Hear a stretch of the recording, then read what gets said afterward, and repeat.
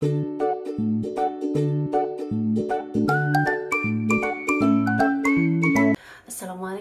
hai semuanya, kita bertemu lagi di video reaction saya kali ini guys, oke? Semoga semuanya sehat selalu. Nah, kali ini saya mau tengok video pembahasan tentang ini ya, melihat kejayaan militer Indonesia di era Soekarno.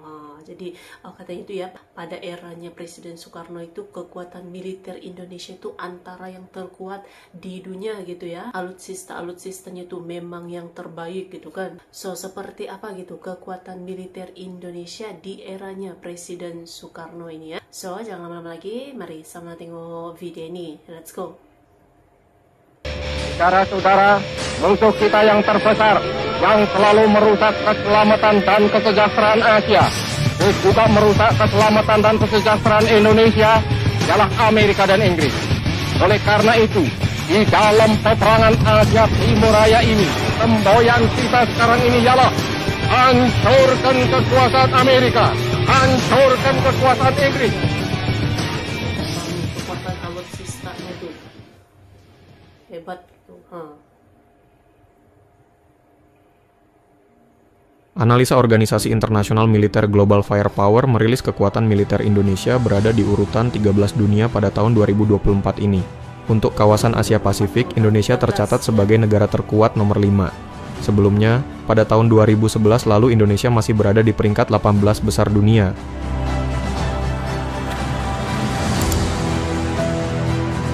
Tahun ini, Indonesia jauh di atas Singapura yang berada di urutan 30, Malaysia di urutan 42, dan bahkan sekutu dekat Amerika sekelas Australia menurut Indeks Statistik Global Firepower masih di bawah Indonesia yang berada di urutan 16. Itu adalah gambaran kekuatan militer Indonesia saat ini. Jauh sebelumnya, ketika era Orde Lama, kekuatan militer Indonesia sangat disegani di dunia. Bahkan, kekuatan militer Indonesia adalah yang terbaik di belahan bumi selatan. Kenapa militer Indonesia pada masa itu sangat disegani? Tak lain karena alutsista Indonesia yang gahar dan pengalaman perang gerilya pada masa revolusi. Sebagai negara yang dulunya pernah mengalami masa penjajahan yang sangat lama, Indonesia memiliki kisah kejayaan militernya pada tahun 1960 yang membuat Belanda beserta sekutunya Inggris keluar dari NKRI. Pada tahun 1950 hingga 1960-an, Bung Karno masih harus melindungi Indonesia dari invasi pihak asing yang masih ingin merongrong kedaulatan Indonesia. Sebagai negara baru, kekuatan militer jadi poin penting yang harus dimiliki kala itu. Tidak hanya untuk memenuhi unsur keamanan negara, namun juga sebagai pembuktian di mata dunia bahwa Indonesia layak menjadi sebuah negara yang merdeka. Salah satu strategi Indonesia untuk memperkuat militernya adalah melalui pengadaan alat perang atau alutsista. Pengadaan alutsista yang sangat masif pada masa Soekarno membuat Indonesia mendapat gelar Macan Asia.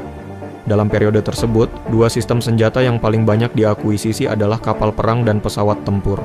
Hal tersebut sesuai dengan kondisi geopolitik di mana ada kebutuhan bagi Indonesia untuk mempertahankan wilayah yang merupakan negara kepulauan. Pada masa itu, Indonesia diketahui menjalin hubungan yang baik dengan Uni Soviet. Hal ini membuat Soviet antusias untuk memperkuat pertahanan Indonesia. Bantuan Soviet untuk Indonesia salah satunya adalah pelatihan militer. Mereka membantu Indonesia dengan mengajari struktur militer yang dimiliki Soviet. Soviet sendiri saat itu dikenal sebagai salah satu negara yang cukup kuat di mata dunia. Uni Soviet ya. Tak hanya pelatihan, Soviet juga membantu Indonesia membangun armada laut dan angkatan udaranya. Dikutip dari Berdikari, bantuan yang diberikan untuk Indonesia mencapai 2,5 miliar USD. KRI Irian. Ini. Pada periode 1960-an, Indonesia memiliki sebuah kapal perang terbesar di Asia dan belahan bumi bagian selatan. Kapal itu diberi nama KRI Irian, dibeli dari Uni Soviet tahun 1962. KRI Irian sebelumnya bernama Ordzhonikidze atau Objek 055.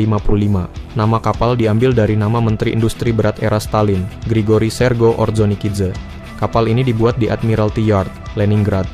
Diluncurkan tanggal 17 September 1950 dan pertama kali dioperasikan tanggal 30 Juni 1952 oleh Armada Baltik Uni Soviet.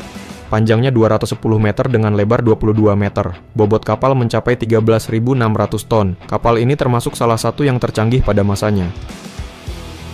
Indonesia membeli kapal ini saat persiapan Trikomando Rakyat atau Trikora untuk merebut Irian Barat.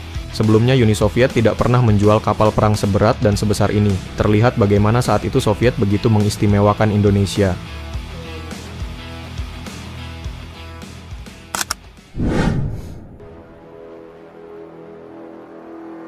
Untuk menjaga langit Indonesia, Soviet juga mengirimkan pesawat-pesawat andalan timur saat itu.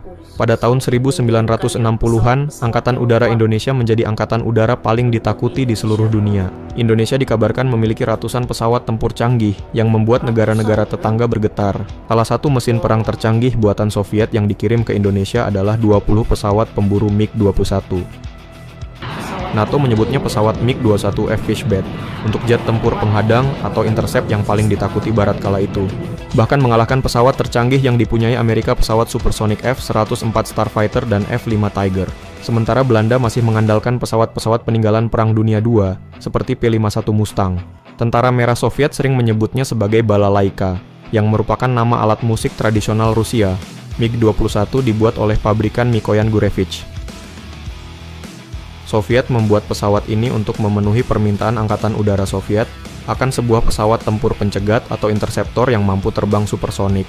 Selain MiG-21, Angkatan Udara Republik Indonesia juga tercatat pernah memiliki 30 pesawat MiG-15, 49 pesawat tempur high subsonic MiG-17, dan 10 pesawat supersonik MiG-19.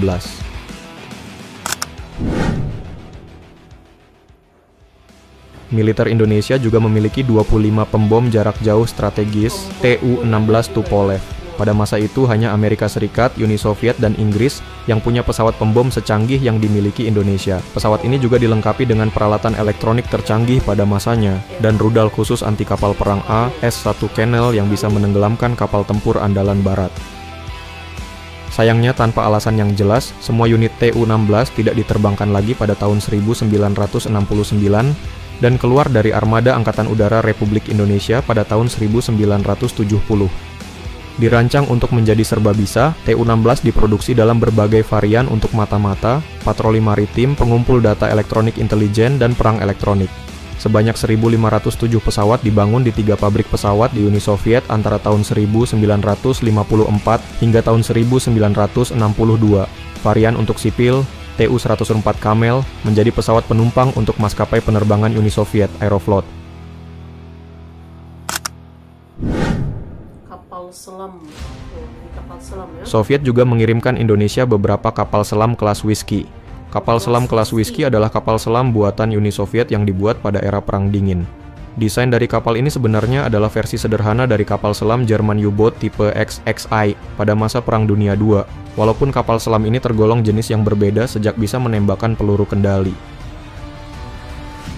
Indonesia sebenarnya memesan hanya 6 kapal selam tetapi bertambah menjadi 12 kapal selam. Meski hanya berjumlah belasan, kapal ini sangat mematikan, apalagi saat itu hanya sedikit negara yang memiliki kapal selam. Untuk kemampuannya, tidak usah ditanya lagi. Kapal selam ini mempunyai manuver yang melesat dengan kecepatan tinggi dan mempunyai daya penghancur yang mengerikan. Pada masa operasi Trikora, kapal ini disiapkan untuk menghadapi kapal induk Karel Doorman milik Belanda yang menuju ke perairan Irian Barat.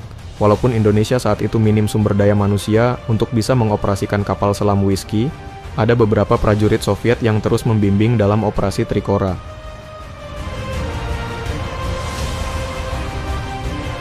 Pada era 1960-an, TNI AU memiliki jenis helikopter raksasa, Mi-6.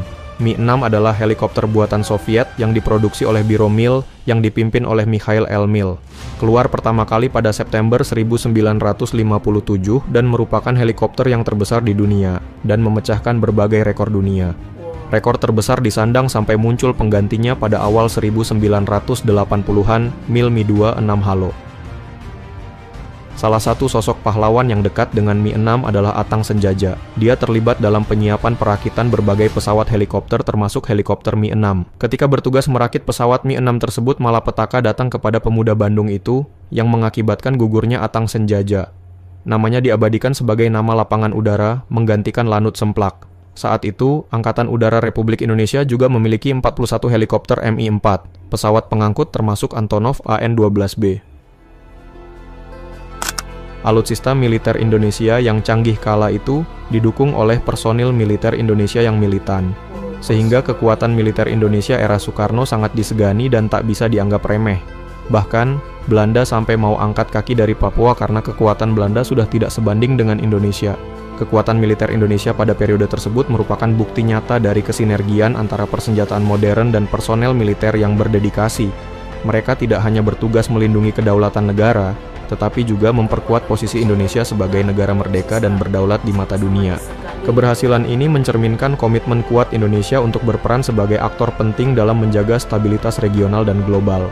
Dalam konteks dinamika politik dan keamanan regional, kekuatan militer Indonesia memberikan kontribusi positif dalam menjaga keseimbangan kekuatan di Asia Tenggara.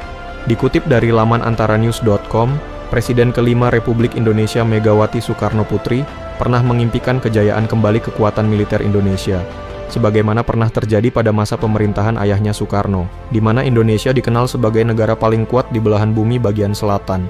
Sudah saatnya kita rancang kedaulatan dan keberdikarian Angkatan Perang Indonesia agar disegani kembali di dunia internasional, kata Megawati saat memberikan pembekalan kepada 407 calon perwira TNI di Aula Gatot Subroto, Cilangkap, Jakarta Timur, Jumat. Meskipun begitu, sehebat apapun angkatan perang sebuah negara, jika tidak dilandasi dengan semangat atau patriotisme, maka tidak akan ada kemenangan. Napoleon Bonaparte pernah berkata, hanya ada dua kekuatan di dunia ini, pedang dan semangat.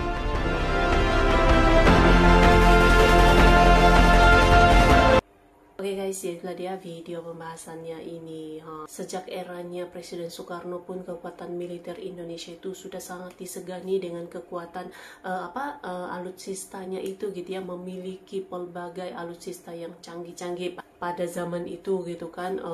Kapal perang, lepas tuh kapal selam, pesawat tempur juga gitu ya. Jadi sebab itulah kekuatan militer Indonesia di eranya Presiden Soekarno itu sangat disegani. Bukan hanya karena kekuatan alutsista lah, tapi juga kekuatan personilnya itu, semangatnya yang cukup tinggi, semangatnya yang cukup kuat untuk mempertahankan negara. Dan sekarang pun kekuatan militer Indonesia pun semakin meningkat dan naik peringkat gitu ya, terbaik.